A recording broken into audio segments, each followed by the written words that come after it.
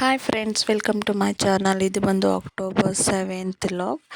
October 7th ಬಂದು ಹುಣ್ಣಿಮೆ ಹಿಂದಿನ ದಿನ ನೈಟು ನಾವೆಲ್ಲರೂ ಹೊರಡ್ತಾ ಇರೋದು ಒಂದು ಟೆಂಪಲ್ಗೆ. ಇವರೆಲ್ಲ ನಮ್ಮ ಅಕ್ಕನ ಮಗಳು ಮತ್ತು ಅವರ ಅತ್ತಿಗೆ ಮಗಳು ಅವರೆಲ್ಲ ರೆಡಿಯಾಗಿ ಬಂದು ನಮ್ಮ ಗಿಣಿಯನ್ನು ಕೂಡ ರೆಡಿ ಮಾಡಿದರು. ಅವರೆಲ್ಲ ಸಿಂಪಲ್ಲಾಗಿ ಕೆಲವೊಂದು ಫೋಟೋ ಶೂಟ್ ಎಲ್ಲ ಮಾಡ್ಕೋತಾಯಿದ್ರು. ಅಷ್ಟರಲ್ಲಿ ನಾವು ಸ್ನಾನ ಮಾಡಿ ರೆಡಿಯಾಗಿ ದೇವ್ರ ಪೂಜೆಯನ್ನು ಕೂಡ ಮಾಡಿದೆ. ಹುಣ್ಣಿಮೆ ಹಿಂದಿನ ದಿನ ನಾವು ಮನೆಯಿಂದ ಹೊರಟಿದ್ದು ರಾತ್ರಿ 10:30ಗೆ. ನಾವು ಹೋಗಿದ್ದು ಜೇನ್ಕಲ್ ಸಿದ್ದೇಶ್ವರ ಬೆಟ್ಟ. ಹುಣ್ಣಿಮೆ ಅಂದರೆ ತುಂಬ ದೇವಸ್ಥಾನಗಳಲ್ಲಿ ಪೂಜೆಗಳೆಲ್ಲ ಇರುತ್ತೆ. ಲಾಸ್ಟ್ ಟೈಮು ಸೀಗೆ ಗುಡ್ಡದಲ್ಲಿರುವಂಥ ಮಲ್ಲೇಶ್ವರ ಬೆಟ್ಟಕ್ಕೆ ನಾನು ಕರ್ಕೊಂಡೋಗಿದ್ದೆ. ಮಲ್ಲೇಶ್ವರ ಬೆಟ್ಟದಲ್ಲೂ ಕೂಡ ಪ್ರತಿ ಹುಣ್ಣಿಮೆಯಲ್ಲಿ ತುಂಬ ಗ್ರ್ಯಾಂಡಾಗಿ ಪೂಜೆಗಳೆಲ್ಲ ಇರುತ್ತೆ. ಅದೇ ಥರ ಅರಸೀಕೆರೆಯಲ್ಲಿರುವ ಜೇನ್ಕಲ್ ಸಿದ್ದೇಶ್ವರ ಬೆಟ್ಟದಲ್ಲೂ ಕೂಡ ಪ್ರತಿ ಹುಣ್ಣಿಮೆಯಲ್ಲಿ ತುಂಬ ಗ್ರ್ಯಾಂಡಾಗಿ, ಅಂದರೆ ಸೀಗೆ ಗುಡ್ಡದಲ್ಲಿ ಆಗೋಕ್ಕಿಂತನೂ ತುಂಬ ಗ್ರ್ಯಾಂಡಾಗಿ ಅಲ್ಲಿ ಪೂಜೆ ಆಗುತ್ತೆ. ನಾವು ಮನೆಯೊಂದು 9:30 ಬಿಟ್ಟು 10:00 ಬೆಟ್ಟದ ಹತ್ರ ಇದ್ವಿ. ನಾವು ಹೋಗಿದ್ದು ನಮ್ಮ ಭಾವನವರ ಲಗೇಜ್ ಆಟೋದಲ್ಲಿ. ಜನ ಜಾಸ್ತಿ ಇದ್ದಿದ್ದರಿಂದ ನಾವು ಲಗೇಜ್ ಆಟೋದಲ್ಲೇ ಹೋದ್ವಿ. ನಾವು ಬೇಗ ಹೋಗಿದ್ದರಿಂದ ಸ್ವಲ್ಪ ಜನಗಳು ಕಡಿಮೆ ಇದ್ದರು. ನಾವು ಬೆಟ್ಟದಿಂದ ಇಳಿಯೋ ಟೈಮಲ್ಲಿ ತುಂಬ ರಶ್ ಆಗಿತ್ತು. ನಾವು ಬೇಗ ಹೋಗಿ ಬಂದಿದ್ದೆ ಒಳ್ಳೆಯದಾಯಿತು ಅಂತ ಅನ್ನಿಸ್ತು. ಆನ್ ದ ವೇ ರೋಡಿಗೆ ಹೆಂಗೆ ಕಾಣಿಸ್ತಾ ಇದೆ ನೋಡಿ, ಬೆಟ್ಟದಲ್ಲಿ ಲೈಟಿಂಗ್ಸ್ ಎಲ್ಲ ಬಿಟ್ಟಿದ್ದಾರೆ. ಅದು ರೋಡಿಗೆ ಕಾಣಿಸುತ್ತೆ. ಸ್ವಲ್ಪ ದೂರ ಒಂದು 10-15 ಕಿಲೋಮೀಟರ್ ದೂರದಲ್ಲೇ ಬೆಟ್ಟ ಚೆನ್ನಾಗಿ ಕಾಣಿಸುತ್ತೆ, ಅದರ ಲೈಟಿಂಗ್ಸು. ಹುಣ್ಣಿಮೆಯಲ್ಲಿ ತುಂಬ ಜನ ಬರೋದ್ರಿಂದ ವೆಹಿಕಲ್ಸ್ ಎಲ್ಲ ಬೆಟ್ಟದಿಂದ ಸ್ವಲ್ಪ ದೂರದಲ್ಲೇ, ಒಂದು ಅರ್ಧ ಕಿಲೋಮೀಟರ್ ದೂರದಲ್ಲೇ ಪಾರ್ಕಿಂಗಿಗೆ ಇದು ಮಾಡಿದರು. ನಾವು ಬರೋದ್ರೊಳಗೆ ಎಷ್ಟೊಂದು ವೆಹಿಕಲ್ಸ್ ಎಲ್ಲ ಬಂದು ನಿಂತಿದೆ ನೋಡಿ. ತುಂಬ ಜನ ಬಂದಿದ್ದರು ಆಲ್ರೆಡಿ. ಇದು ಕಡಿಮೆ ಆ್ಯಕ್ಚುಲಿ. ಇನ್ನೂ 11 ಗಂಟೆ 12 ಗಂಟೆ 1 ಗಂಟೆ ರಾತ್ರಿ ಆಯ್ತಾ ತುಂಬ ಜನ ಬರ್ತಾರೆ. ರಾತ್ರಿ ಟೈಮ್ ಈಸಿಯಾಗಿ ಬೆಟ್ಟವನ್ನು ಹತ್ಬೋದು, ಬಿಸಿಲಿರಲ್ಲ, ಆರಾಮಾಗಿ ಹತ್ಬೋದು ಅಂತ ರಾತ್ರಿ ಟೈಮೇ ಬರ್ತಾರೆ. ನಾವು ಮದುವೆಗೆ ಮುಂಚೆ ತುಂಬ ಸಲ ಈ ಜೇನ್ಕಲ್ ಬೆಟ್ಟಕ್ಕೆ ಹೋಗಿದ್ವಿ.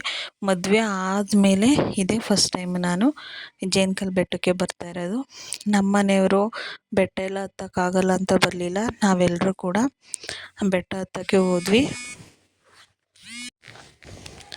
ಸಂಜೆ ಟೈಮು ತಂಪಾಗಿರುತ್ತೆ, ವೆದರು ತುಂಬ ಆರಾಮಾಗಿ ಬೆಟ್ಟವನ್ನು ಹತ್ಬೋದು.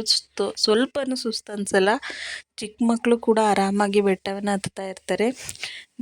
ಈ ಥರ ಒಂದು ಜಾತ್ರೆ ಸಿಚುಯೇಷನ್ ತುಂಬ ಇಷ್ಟ ನನಗೆ. ಈ ಜಾತ್ರೆ ಫಂಕ್ಷನ್ಗಳಲ್ಲಿ ನನಗೆ ಪುರಿ ಖಾರ ತಗೊಳ್ಳೋದು, ಸ್ವೀಟ್ ತಗೊಳ್ಳೋದಂದರೆ ತುಂಬ ಇಷ್ಟ. ಈ ಜಾತ್ರೆ ಸಂತೆಲೆಲ್ಲ ಸಿಗೋ ಪುರಿ ಖಾರ ತುಂಬ ಟೇಸ್ಟಿಯಾಗಿರುತ್ತೆ. ಎಲ್ಲ ಅದು ಇದು ಬೇರೆ ಬೇರೆ ಥರ ಥಿಂಗ್ಸ್ಗಳನ್ನ ತಗೊಳಕ್ಕೆ ನೋಡ್ತಾಯಿದ್ರೆ ನಾನು ಫಸ್ಟು ಪುರಿ ಖಾರ ಸ್ವೀಟ್ ತಗೊಳ್ಳೋಕ್ಕೆ ಹೋಗಿರ್ತೀನಿ. ಫಸ್ಟು ನಾವು ಬೆಟ್ಟವನ್ನು ಹತ್ತಿ ಇಳಿದ್ಮೇಲೆ ಆಮೇಲೆ ಶಾಪಿಂಗ್ ಎಲ್ಲ ಮಾಡ್ಕೊಂಡ್ರಾಯ್ತು ಅಂತ ನಾವು ಫಸ್ಟು ಬೆಟ್ಟದ ಹತ್ರ ಹೋದ್ವಿ. ಬೆಟ್ಟಕ್ಕೆ ಹತ್ತುವಂಥ ಸ್ಟಾರ್ಟಿಂಗಲ್ಲೇ ಒಂದು ದೊಡ್ಡ ಗೋಪುರ ಇದೆ. ಅದು ಎಷ್ಟು ಚೆನ್ನಾಗಿ ಕಾಣಿಸ್ತಾ ಇರುತ್ತೆ ಹುಣ್ಣಿಮೆಯಲ್ಲಿ ಅಂದರೆ, ಹುಣ್ಣಿಮೆ ಚಂದ್ರನ ಬೆಳಕು ಗೋಪುರಕ್ಕೆ ಅಷ್ಟು ಚೆನ್ನಾಗಿ ಬೀಳ್ತಾ ಇರುತ್ತೆ. ಲೈಟಿಂಗ್ಸು ತುಂಬ ಚೆನ್ನಾಗಿ ಕಾಣ್ತಾ ಇದೆ ನೋಡಿ ಗೋಪುರ. ಇದು ಬೆಟ್ಟಕ್ಕೆ ಹತ್ತುವ ಒಂದು ಎಂಟ್ರೆನ್ಸು. ಬೆಟ್ಟದ ಮೇಲೆ ಬಂದು ಸಿದ್ದೇಶ್ವರ ಸ್ವಾಮಿಯವರ ಪಾದಗಳಿದೆ. ಸಿದ್ದೇಶ್ವರ ಸ್ವಾಮಿ ದೇವಸ್ಥಾನ ಆ ಊರಲ್ಲೇ, ಜೇನ್ಕಲ್ಲು ಊರಲ್ಲೇ ಸಿಗುತ್ತೆ. ನಾವು ಆ ದೇವಸ್ಥಾನದ ಹತ್ರ ಹೋಗಿಲ್ಲ. ಈ ಬೆಟ್ಟದಲ್ಲಿರುವಂಥ ಪಾದನೇ ತುಂಬ ಶ್ರೇಷ್ಠ ಅಂತ ಹೇಳ್ತಾರೆ. ಆ ಪಾದಗಳನ್ನು ನೋಡೋಕ್ಕೆ ತುಂಬ ಜನಗಳು ಬರ್ತಾರೆ. ಬೆಟ್ಟದ ಮೇಲೆ ಪಾದದ ಒಂದು ಅಚ್ಚಿದೆ, ಅದೇ ಜೇನ್ಕಲ್ಲು ಸಿದ್ದೇಶ್ವರ ಅವರ ಅಚ್ಚು, ಪಾದದ ಅಚ್ಚು ಅಂತ ಹೇಳ್ತಾರೆ. ನಾವು ದೇವರಿಗೆ ಕರ್ಪೂರವನ್ನು ಹಚ್ಬಿಟ್ಟು ಬೆಟ್ಟವನ್ನು ಹತ್ತೋಕ್ಕೆ ಸ್ಟಾರ್ಟ್ ಮಾಡಿದ್ವಿ. ಎಷ್ಟು ಬೇಗ ಹತ್ತಿದ್ವಿ ಅಂದರೆ ನಮ್ಮೆಲ್ರಿಗಿಂತ ನಮ್ಮ ಗಿಣಿನೇ ಪಟ ಅಂತ ಬೆಟ್ಟವನ್ನು ಹತ್ತುತ್ತಾ ಇದ್ಲು. ನಮ್ಮ ತಮ್ಮಂದಿರಿದ್ರು ಇಬ್ಬರು, ಅವರು ಇಬ್ಬರು ಸೇರಿಕೊಂಡು ನಮ್ಮ ಗಿಣಿನ ಬೇಗ ಹತ್ತಿಸ್ಕೊಂಡು ಹೊರಟ್ಬಿಟ್ರು. ನಮ್ಮ ಅಜ್ಜಿಗೆ ಬೆಟ್ಟವನ್ನು ಹತ್ತಕ್ಕಾಗಿಲ್ಲ, ಅದಕ್ಕೆ ಅವ್ರು ಹತ್ತಕ್ಕಾಗಲ್ಲ ಅಂತ ಅಲ್ಲೇ ಕೂತ್ಕೊಂಡ್ರು.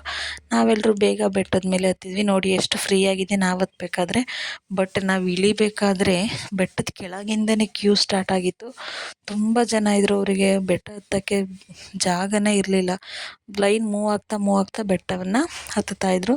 ಸ್ವಲ್ಪ ಲೇಟಾಗಿ ಹೋದರೆ ಆ ಥರ ಆಗುತ್ತೆ. ನಾವು ಒಂದು 10:30-11 ಗಂಟೆ ಒಳಗೆ ಹೋಗಿದ್ದರಿಂದ ಇಷ್ಟು ಆರಾಮಾಗಿ ಬೆಟ್ಟವನ್ನು ಹತ್ತೋಕ್ಕೆ ಸಾಧ್ಯ ಆಯಿತು.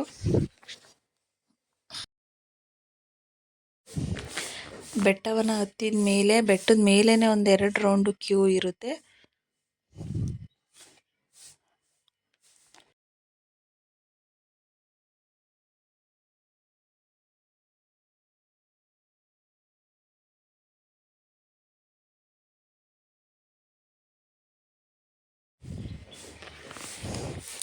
ಬೆಟ್ಟದ ಮೇಲಿಂದ ಫುಲ್ ಅರಸೀಕೆರೆ ಎಷ್ಟು ಚೆನ್ನಾಗಿ ಕಾಣಿಸುತ್ತೆ ನೋಡಿ, ಲೈಟಿಂಗ್ಸ್ ಎಲ್ಲ ರಾತ್ರಿ ಹೊತ್ತು.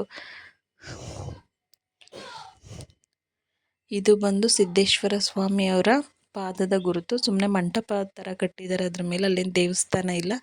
ಈ ಥರ ಒಂದು ಮಂಟಪವನ್ನು ಕಟ್ಟಿದ್ದಾರೆ ಬೆಟ್ಟದ ಮೇಲೆ. ತುಂಬ ಜನ ಅಲ್ಲಿ, ತುಂಬ ವಿಶಾಲವಾಗಿ ಏನು ಜಾಗ ಇಲ್ಲ, ಒಂದು ಬಂಡೆ ಅದು ಅಷ್ಟೇ. ಒಂದು ಬಂಡೆ ಮೇಲೆ ಸುಮ್ಮನೆ ಒಂದು ಸುತ್ತ ರಾಡನ್ನು ಹಾಕಿ ಇದು ಮಾಡಿದ್ದಾರೆ. ಎಲ್ಲ ಪೂಜೆ ಮುಗಿಸ್ಕೊಂಡು, ತುಂಬ ಜನ ಅಲ್ಲಿ ಇರೋಕ್ಕಾಗಲ್ಲ, ಪೂಜೆ ಮುಗಿಸ್ಕೊಂಡ ತಕ್ಷಣ ಎಲ್ಲ ಕೆಳಗೆ ಹೊರಟ್ಬಿಡ್ತಾರೆ. ನಾವು ಬೇಗ ಪೂಜೆಯನ್ನು ಮುಗಿಸ್ಕೊಂಡು ಕೆಳಗೆ ಬಂದ್ವಿ. ಹುಣ್ಣಿಮೆ ರಾತ್ರಿ ದಿನ ಇಡೀ ರಾತ್ರಿಯಲ್ಲಿ ಅನ್ನದಾನ ಇರುತ್ತೆ. ನಾವು ರಾತ್ರಿ 10 ಗಂಟೆಗೆ ಹೋದ್ರೂ ಊಟ ಸಿಗುತ್ತೆ, ಬೆಳಿಗ್ಗೆ 3 ಗಂಟೆಗೆ ಹೋದ್ರೂ ಊಟ ಸಿಗುತ್ತೆ. ಅಷ್ಟು ಊಟದ ಫೆಸಿಲಿಟಿಯನ್ನು ಅಲ್ಲಿ ಮಾಡಿರ್ತಾರೆ.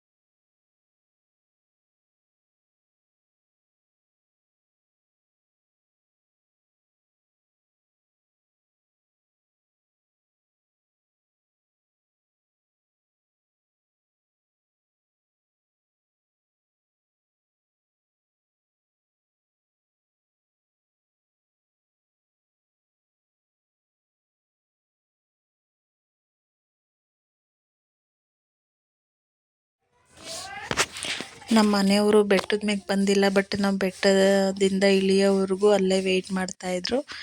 ನಾವು ಬೆಟ್ಟಕ್ಕೆ ಹೋದಾಗಲೇ ಅವರು ಹೋಗಿ ಊಟ ಬಂದುಬಿಟ್ಟಿದ್ದಾರೆ. ನಾವು ಆಮೇಲೆ ಬೆಟ್ಟದಿಂದ ಇಳಿದು ಊಟಕ್ಕೆ ಹೋದ್ವಿ. ಊಟಕ್ಕೆ ಅನ್ನ ಮತ್ತು ಸಾಂಬಾರು ಮಾಡಿದರು. ಅಲ್ಲೇ ಬಜ್ಜಿ ಎಲ್ಲ ಮಾರ್ತಾಯಿದ್ರು. ನಾವು ಊಟಕ್ಕೆ ಬಜ್ಜಿಯನ್ನು ತಗೊಂಡು ಊಟವನ್ನು ಮಾಡಿದ್ವಿ.